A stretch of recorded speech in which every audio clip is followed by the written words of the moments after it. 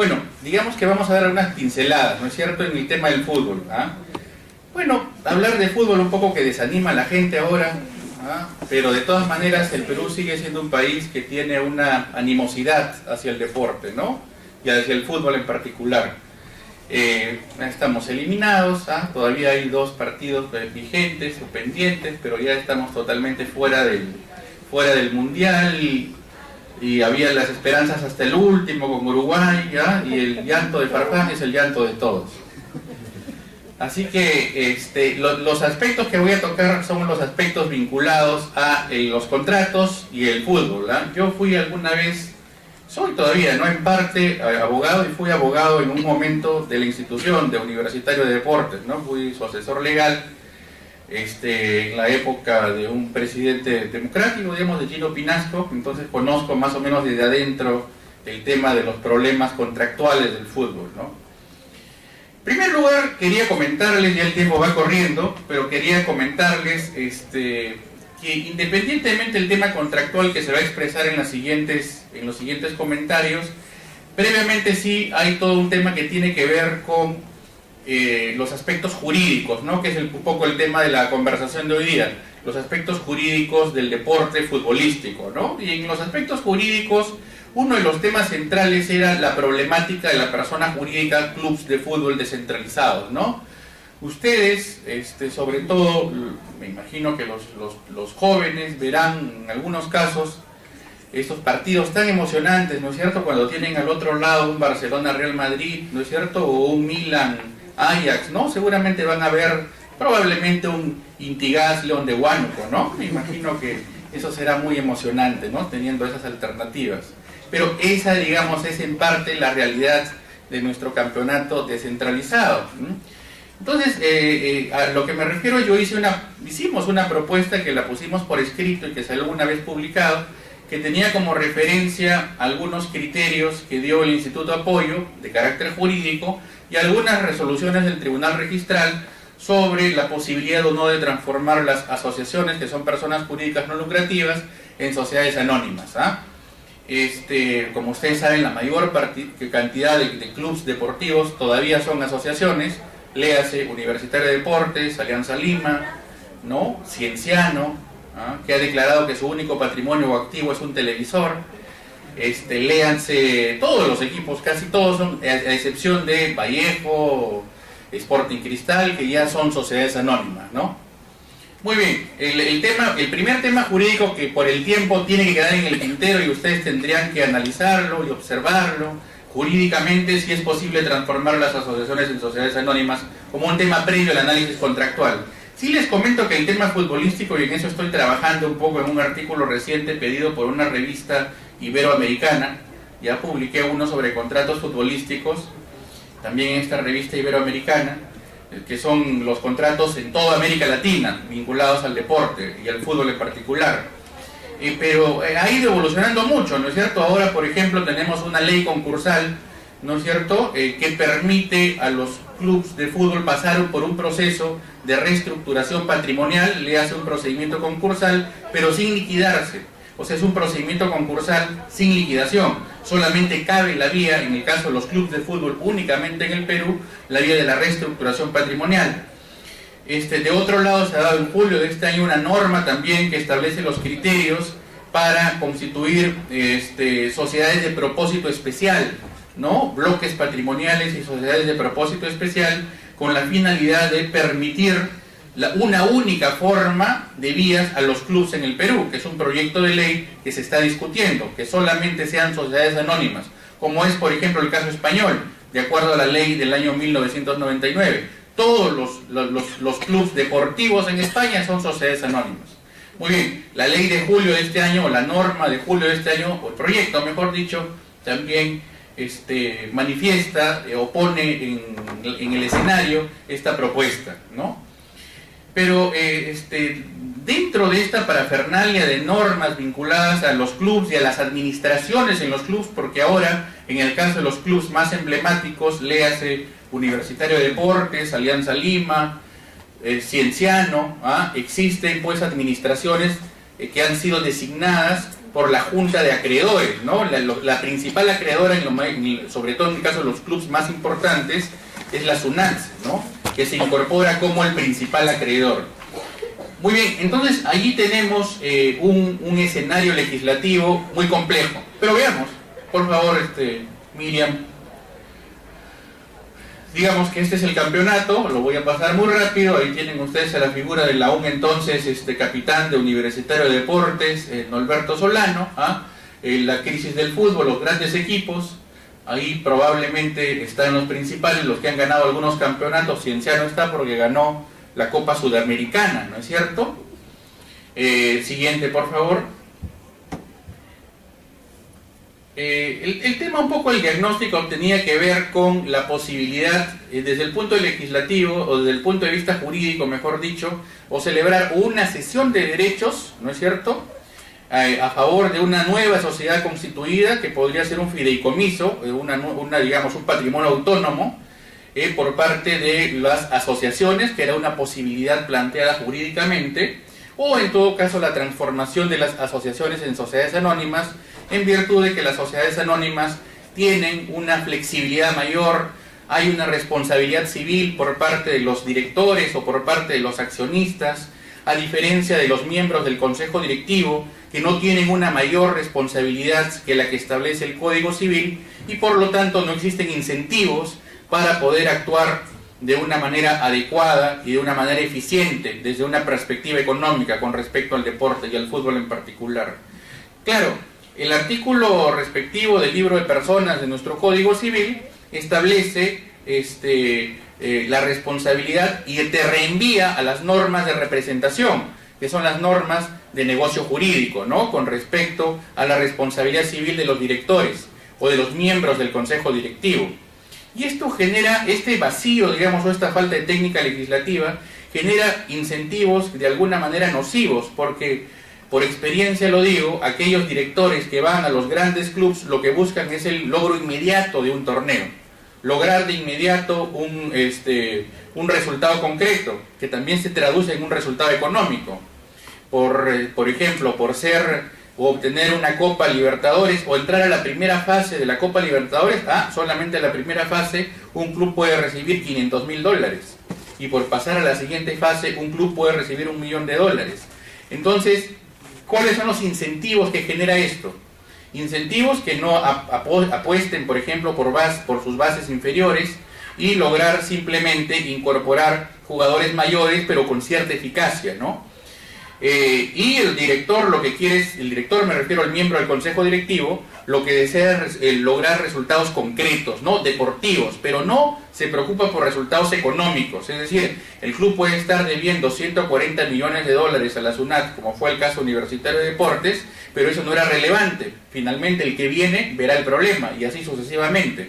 ¿Por qué? Porque no hay un tema de autonomía patrimonial imperfecta, ¿no?, como sí sucede, por ejemplo, en el caso argentino, en el cual si hay generación de daños como consecuencia de la actuación de los miembros del consejo directivo o del directorio de alguno de los clubes integrantes de la AFA, de la Asociación de Fútbol Argentino, la responsabilidad tiene que ver con una autonomía patrimonial imperfecta, es decir, por la utilización o porque se responde con el propio patrimonio de los directores y los eventuales daños generados a las asociaciones. ¿Ok? En el caso nuestro no hay esos incentivos y por lo tanto se buscan los resultados deportivos concretos. Ese es el motivo por el cual no interesa mucho el tema económico, digamos el tema de la eficiencia en la gestión económica, y sí el resultado deportivo concreto. Siguiente, Miriam. Muy bien, las deudas, ahí me he quedado corto, ya esta diapositiva ya quedó corta, ¿no? Las deudas son mucho mayores, la deuda nada más actualizada como primer acreedor tributario y como primer, quien tiene la prelación, digamos, como acreedor en la Junta, independientemente de los trabajadores, es la deuda que se tiene con la SUNAT, ¿no?, que equivale a $140 millones. Miren esa cifra astronómica de un solo club universitario, $140 millones de deuda tributaria. Quizás sea el principal o uno de los deudores más importantes, incluyendo a las mineras, un club de fútbol. Siguiente. Entonces, la recomendación fue sociedades anónimas, como les decía, por el tema de capital fresco, enfoque a largo plazo, ventajas.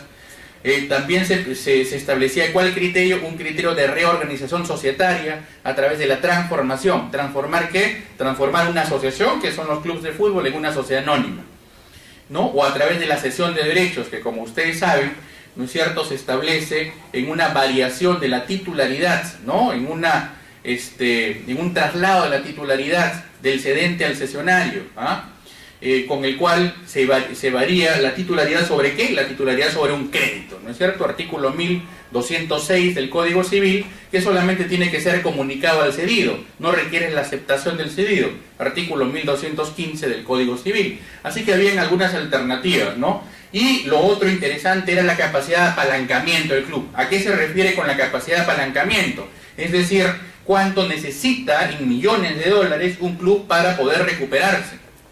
Ahora, con la ley de transparencia en la actividad futbolística, que no permite la liquidación de los clubes, como ustedes saben, se ha ingresado un procedimiento de reestructuración patrimonial de las personas jurídicas clubes de fútbol, con lo cual hay una situación de inembargabilidad de los bienes. Eso les da cierta tranquilidad, ¿no? Porque si no, es muy complejo vivir cuando la SUNAT u otro acreedor está detrás tuyo y está buscando embargar permanentemente tus bienes. ¿Con qué tranquilidad? Por ejemplo, en el caso de Universitario de Deportes, hace mucho tiempo lo que hacía es cuando ingresaba en un clásico, ingresaban, que es uno de los momentos en que ingresa dinero, ¿no? Un clásico que ya en el estadio, un estadio de 60.000 personas, que puede llegar pues a decenas de millones de dólares, ¿no? Un clásico.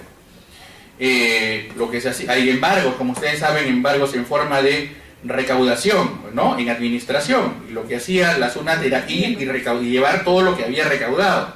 Para eso tuvieron que crear mecanismos, los clubes de fútbol interesantes, a fin de que no entre dinero al patrimonio del club, para evitar casualmente las medidas cautelares. Lo que se ha hecho es constituir patrimonios autónomos, léase fideicomisos. Un fideicomiso, ¿no es cierto?, ha sido creado, por ejemplo, que tiene el mismo nombre de Universitario de Deportes, que es administrado, ¿no es cierto?, es administrado por una sociedad, una sociedad fiduciaria, ¿no?, que tiene un listado, ¿no es cierto?, que lista en bolsa. Entonces la administración del patrimonio del club no la tiene el club, la tiene alguna persona, un patrimonio autónomo que tiene el mismo nombre del club, pero que no es el club, es un fideicomiso, que alista en bolsa, que tiene una regulación en la SBS, etcétera. Es la forma de proteger el patrimonio. Antes, claro está, de estas normas que de alguna manera declararon la inembargabilidad por entrar a un proceso de reestructuración patrimonial. Muy bien, siguiente, miren.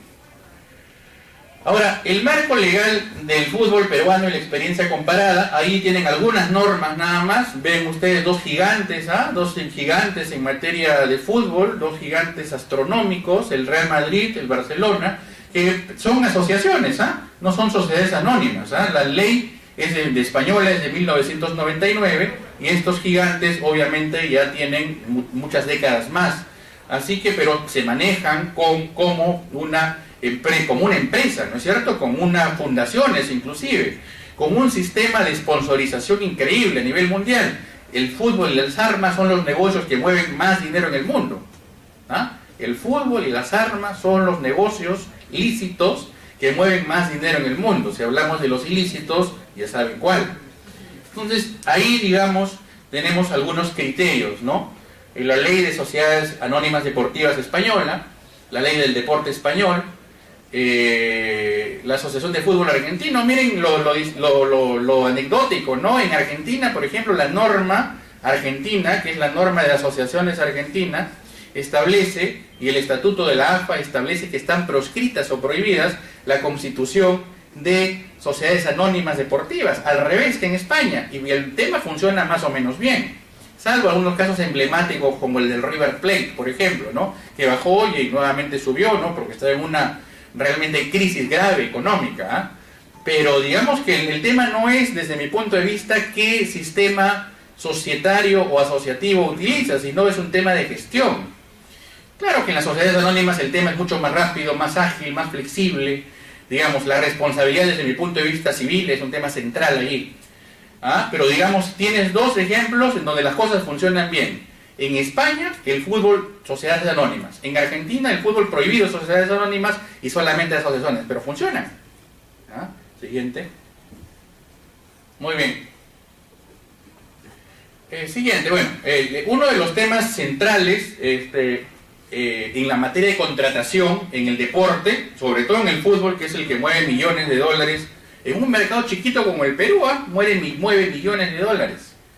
Yo recuerdo que el jugador con el que yo conversaba y que veíamos sus contratos, que ganaba más en Universitario de Deportes, era un colombiano, Candelo.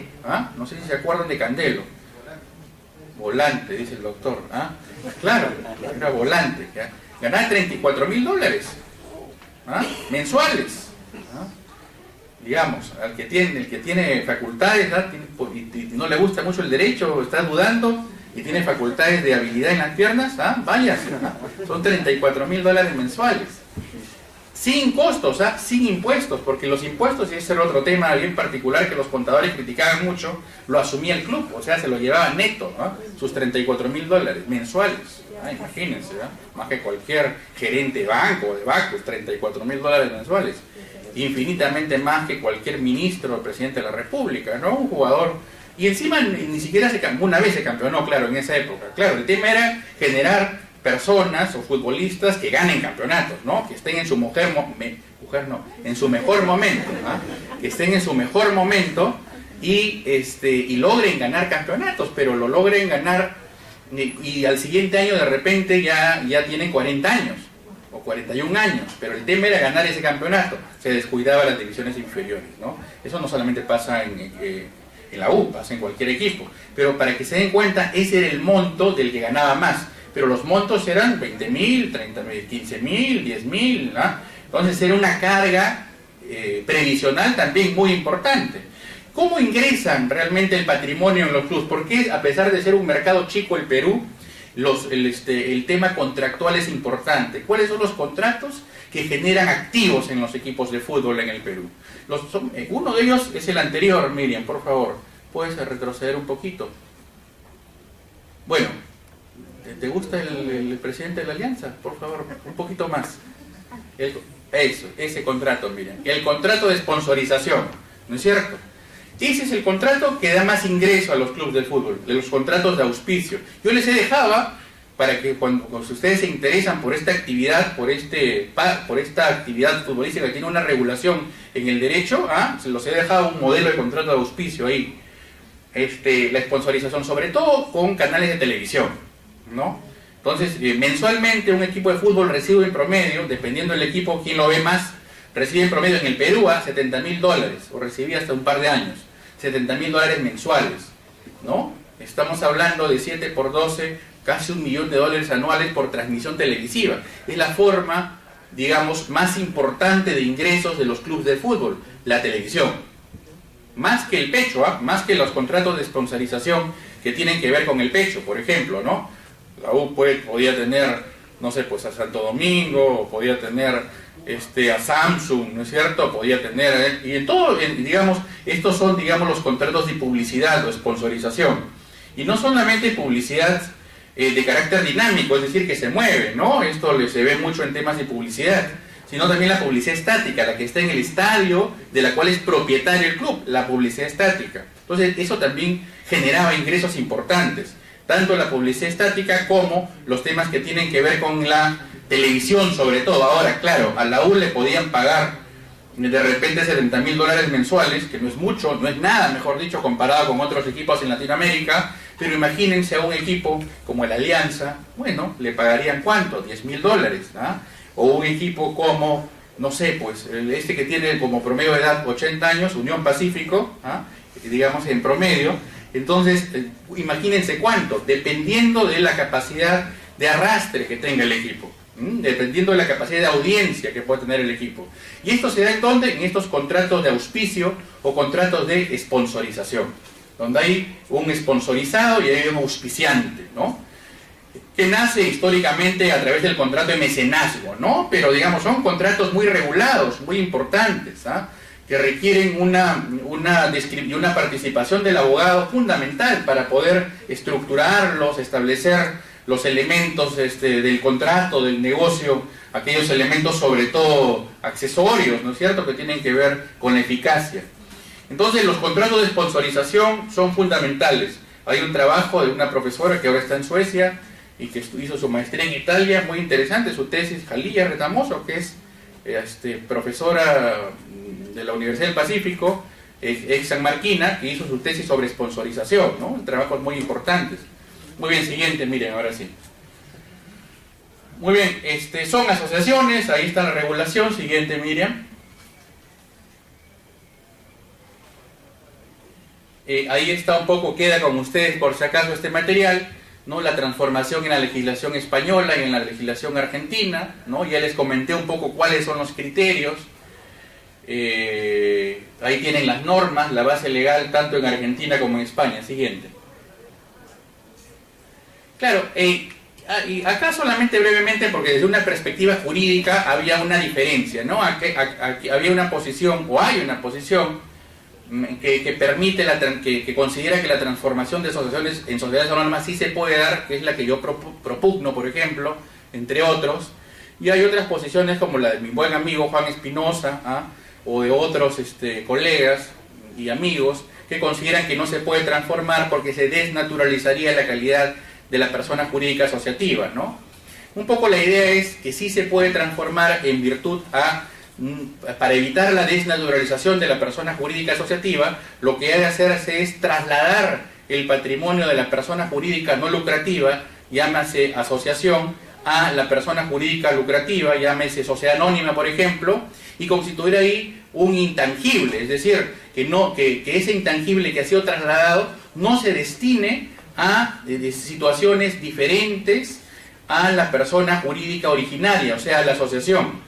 Es decir, que se siga destinando el intangible trasladado a los fines que establecía el estatuto de la persona jurídica originaria. Es decir, que se siga manteniendo los fines de la asociación en ese intangible. Y claro, los socios van ahora a ser accionistas y van a tener que aportar nuevamente. ¿Ok? Esa es un poco la idea que le ha dado el Tribunal Registral para permitir la transformación, que a mí, cuando trabajé el comentario que salió publicado y que lo dejo acá, me pareció adecuado y ya lo venía también comentando. Siguiente, doctora. ¿Acabó? Siguiente. Bueno, ahí está un poco el argumento jurídico, ¿no? Se considera que sí, que cuando la ley no lo impide, el artículo 3.3 de la LGS, cualquier persona jurídica constituida en el país puede transformarse en alguna de las sociedades reguladas por esta ley, o sea, por la ley de sociedad, por la ley 26.887, la ley de sociedades anónimas. ¿Qué quiere decir? Que cualquier persona jurídica, léase asociación, puede transformarse en una sociedad anónima. No permitirlo vaciaría de contenido el artículo 333 de la LGS. Desde mi punto de vista sí se puede hacer. Lo único que no se puede hacer, obviamente, es vulnerar lo establecido en el artículo 98 del Código Civil, personas jurídicas, es distribuir el patrimonio neto resultante entre los asociados. Por eso el criterio y la salida mencionada anteriormente. ¿Ok? Siguiente. La posición de la doctrina, y está la posición de Juan, ¿no? Es la posición que no se puede. Siguiente. La posición de Arlías La Rosa, que es un malogrado profesor societario, malogrado me refiero que fallecido, ¿no? Por si acaso. Siguiente.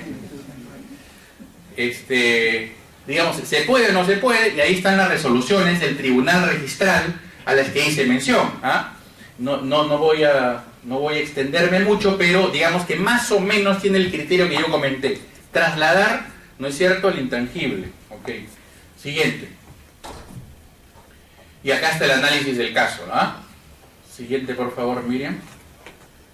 Esta es una segunda resolución del Tribunal Registral que permite también establecer esta posibilidad de la reorganización societaria tipo transformación. Siguiente.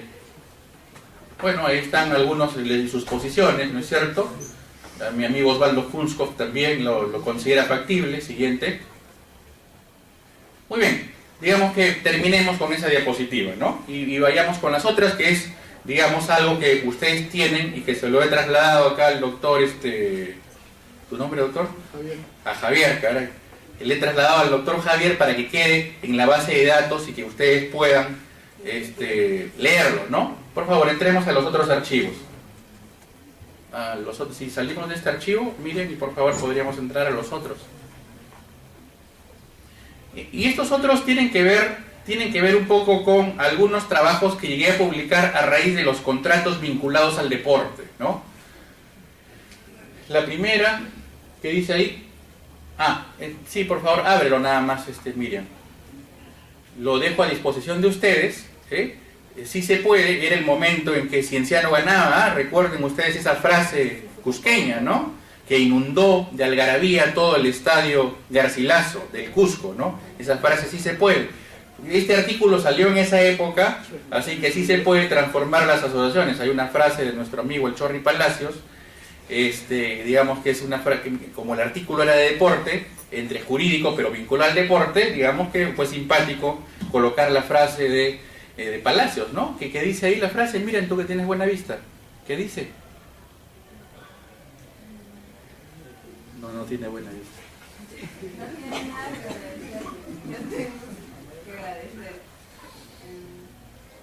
No tienen nada que agradecer, me dijo el Chorri, ¿no? Más bien yo tengo que agradecer por haber nacido en este país. Frase del Chorri Palacios cuando le ganamos a Uruguay. Y se sacó el polo y no decía Gillette y Bacu, ¿no? Decía te amo Perú. Digamos que fue el momento cumbre del nacionalismo. Y el momento cumbre de la euforia popular por el fútbol. ¿verdad? Así que me pareció simpático comentarlo o ponerla en ese artículo jurídico. Entonces ahí está mi posición con respecto jurídica, ¿no es cierto?, a la posibilidad de transformar. El otro artículo, miren por favor, ya que el doctor debe estar esperando acá.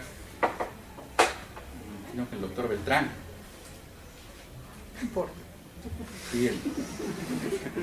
A ver, ahora, acá hay otro criterio, ¿no es cierto? Y esta es una crítica, ¿no es cierto? Se salvó el fútbol, un proceso concursal a la medida del outside, ¿no? Es decir, a medida del procedimiento concursal.